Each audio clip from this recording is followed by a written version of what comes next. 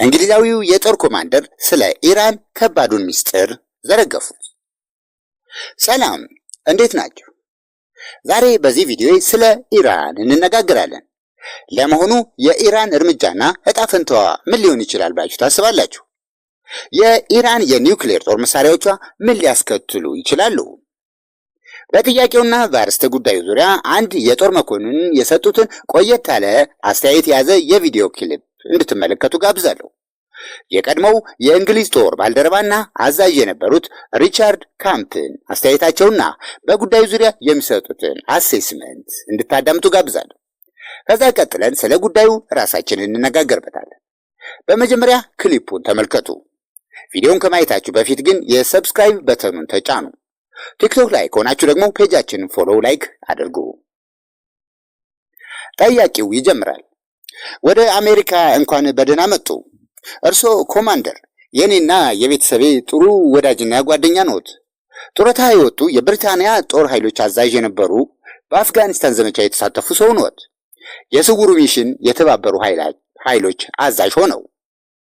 ሪቻርድ ካምፕ። አቶ ሪቻርድ፣ በመጀመሪያ እርስዎን ጠላቶቹ ጫጩት ብለው መጥራታቸውን አልቀበለውም። ምክንያቱም እርስዎ የጦር ተዋጊና አዋጊ መኮንን ኖት። በአፍጋኒስታንና በሌሎች ሀገሮች ተዋግተዋል። ጀግና ኖት።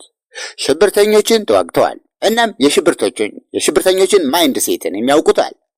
እና ሪቻርድ ካምፕ፣ ለመሆኑ የኢራን እስላማዊ መንግስት ማይንድ ሴቱ ምንድን ነው ይላሉ? እናስ ደግሞ ኢራናውያኑ ይህን ማይንድ ሴታቸውን ወደ አንዳች የሰላም ስምምነት ላይ ለመድረስ ጥቅም ላይ ያውሉት ይሆን? ኮማንደር ሪቻርድ ካምፕ፣ እንደሚመስለኝ አይደለም ነው። ኒውክሌር የታጠቀው የኢራን መንግስት ወይም ኢራንን የሚወክሉት ለምዕራባውያን እና ኒውክሌር የታጠቀው የኢራን መንግስት ወይም ኢራን የሚወክሉት ለምዕራባውያንና ለስልጣኔያቸው እንዲሁም ለመካከለኛው ምስራቅም ራሷ በጣም ታላቁን አደገኛ ስጋት የሚፈጥሩ አካል ናቸው።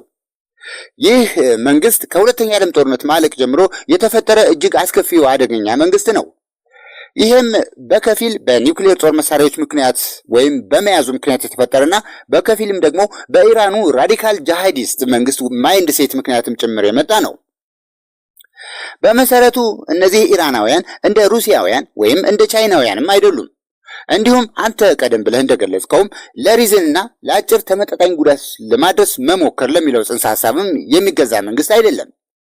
የኒውክሌር መሳሪያ ካላቸውና የሚጠቀሙት ከሆነ እናም ይጠቀሙታል አሁን ብለን ብናስብ ይሄ ነው እንግዲህ እጅግ የሚያስፈራው የዘመናችን አደጋ። ለበርካታ ጊዜያትም ሞት ለአሜሪካ ሲሉ ሰምተናቸዋል። በመሰረቱ ይህ አባባል የኢራኑ እስላማዊ የሽብር መንግስት መሰረታዊ መነሻና የቅዠት አስተሳሰብ ነው። እናም የኒውክሌር ጦር መሳሪያ ካላቸውም አቅሙንም አዳብረውም ከሆነ ይጠቀሙታል ብለን እናምናለን። ከቅርብ ቀናት በፊት ሐመኒ የተባለው ሱፕሪም መሪያቸው ለምን እስራኤልን ለማውደም እንደምትፈልግ ኢራን በግልጽ በዝርዝር አስረድቶናል። ስለዚህ ኒውክሌር መሳሪያ ካላቸው የማይጠቀሙበት ምክንያት የለም ብለን መገመት አለብን። ኢራን ያንን የኒውክሌር ጦር መሳሪያ እንዳያገኙ ወይም እንዳይሰሩት ኢራናውያን ያንን የኒውክሌር ጦር መሳሪያ እንዳያገኙትና እንዳይሰሩት የምናደርግበት አንድ ብቸኛ መንገድ ነው ያለን። ይህን መንገድም እነሱ የጦር መሳሪያውን በመስራቱ ሂደት በእጅጉ በጣም ወደፊት ስለሄዱ ነው።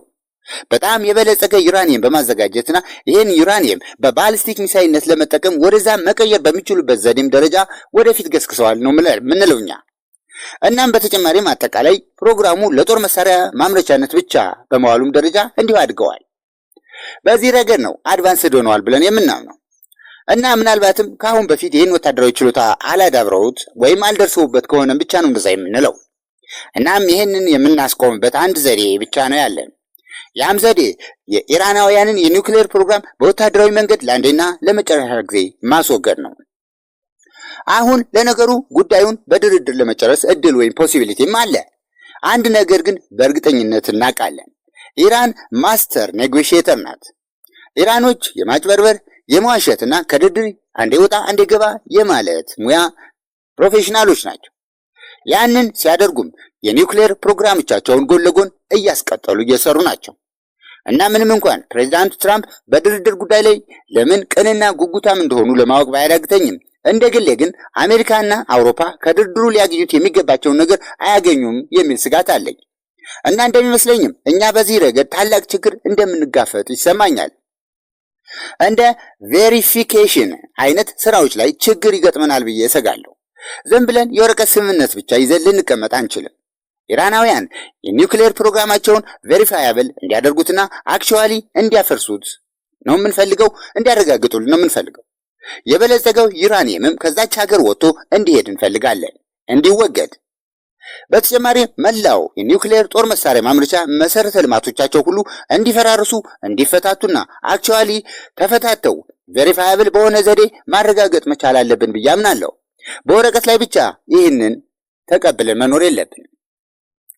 የኔ እምነት ምንድነው? ኢራን በዚህ ረገድ ትስማማለች ብዬ አልጠብቅም።